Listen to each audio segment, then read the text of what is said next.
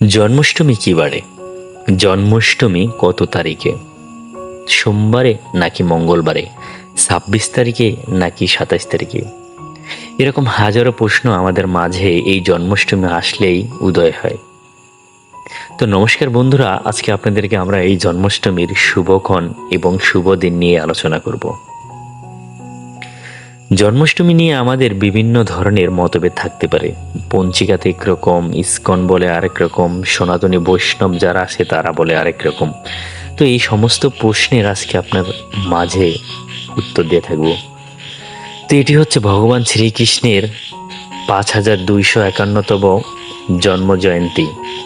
এই জন্ম জয়ন্তীতে ভগবানের বিভিন্ন এবং কি ভগবানের যে জন্মাষ্টমীর আবির্ভাব লীলা সেটি আপনাদের মাঝে আজকে উপস্থাপন করতে যাচ্ছি। হিন্দু পঞ্জিকা অনুসারে প্রতি বছর ভাদ্র মাসের কৃষ্ণপক্ষের অষ্টমী তিথিতে জন্মাষ্টমী পালিত হয়। ধর্মীয় বিশ্বাস অনুসারে জন্মাষ্টমী তিথির মধ্যরাতে ভগবান শ্রীকৃষ্ণ জন্ম হয়েছিল। এবার জন্মাষ্টমীর তারিখ নিয়ে মানুষের মধ্যে বিভ্রান্তি প্রতিবারের ন্যায় হয়েই থাকে।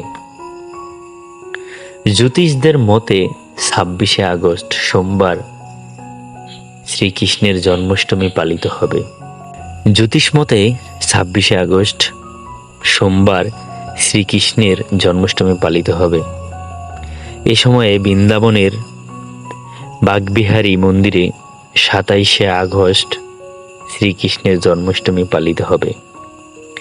এবছর ভগবান শ্রীকৃষ্ণের ৫,২৫২তম জন্মাষ্টমী পালিত হবে এবং এই শ্রীকৃষ্ণের জন্মাষ্টমীর যেই সবচেয়ে বেশি গুরুত্বপূর্ণ সেটি হচ্ছে রোহিণী নক্ষত্র। ভগবান শ্রীকৃষ্ণের জন্মাষ্টমীতে এবং কি ভগবান শ্রীকৃষ্ণ এই রোহিণী নক্ষত্রে জন্মগ্রহণ করেছিলেন, তাই শ্রীকৃষ্ণের জন্মাষ্টমীতে রোহিণী নক্ষত্র পালিত হবে এবং রোহিণী নক্ষত্র থাকাটা খুব জরুরি।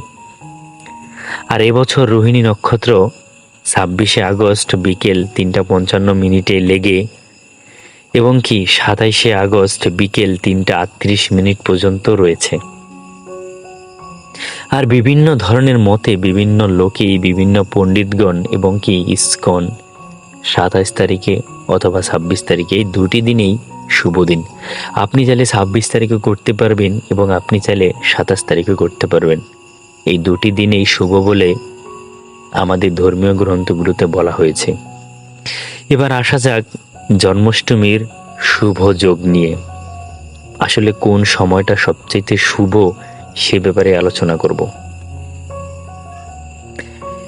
এবার জন্মাষ্টমীতে শুভযোগ তৈরি হয়েছে বিভিন্ন সময়ে। জন্মাষ্টমীতে চাঁদ থাকবে শুধু বৃষ রাশিতে, এমনটাই বিশ্বাস করা হয় যে একই সময় একই রকমের যোগ তৈরি হয়েছিল ভগবান শ্রীকৃষ্ণের জন্মের সময়। এবার কৃষ্ণের জন্মাষ্টমী সোমবার পড়েছে বলেও মনে করা হচ্ছে। সোমবারে শ্রীকৃষ্ণের নামকরণও করা হয়েছিল। এছাড়াও এই দিনে সর্বার্থ সিদ্ধি যোগের কাকতালীয় ঘটনা ঘটেছে। তাই বলা চলে সোমবারের জন্মাষ্টমী অত্যন্ত শুভ বলে অভিহিত করা হয়েছে। এবার আসা যাক এই জন্মাষ্টমীর কোন মুহূর্তটা সবচাইতে পুণ্যবান এবং কি শুভবান। শ্রীকৃষ্ণের জন্মাষ্টমীর শুভক্ষণ হচ্ছে ২৬শে আগস্ট রাত্র ১২টা থেকে রাত্র ১২টা ৪৪ পর্যন্ত। এবার শ্রীকৃষ্ণের যেই বিগ্রহ সেটি নিয়ে আলোচনা করা যায়। আমরা কি ধরনের বিগ্রহ এই শ্রীকৃষ্ণের জন্মাষ্টমীতে স্থাপন করব। জন্মাষ্টমীতে বাল্যকৃষ্ণকেও প্রতিষ্ঠা করা যেতে পারে। আপনার ইচ্ছা অনুযায়ী আপনি চাইলেও সেটাকে আবার পরিবর্তন করতে পারবেন। আপনি চাইলে শ্রীকৃষ্ণকে বংশী হাতে যে বিগ্রহগুলো আছে সেটিও নির্বাচন করতে পারবেন।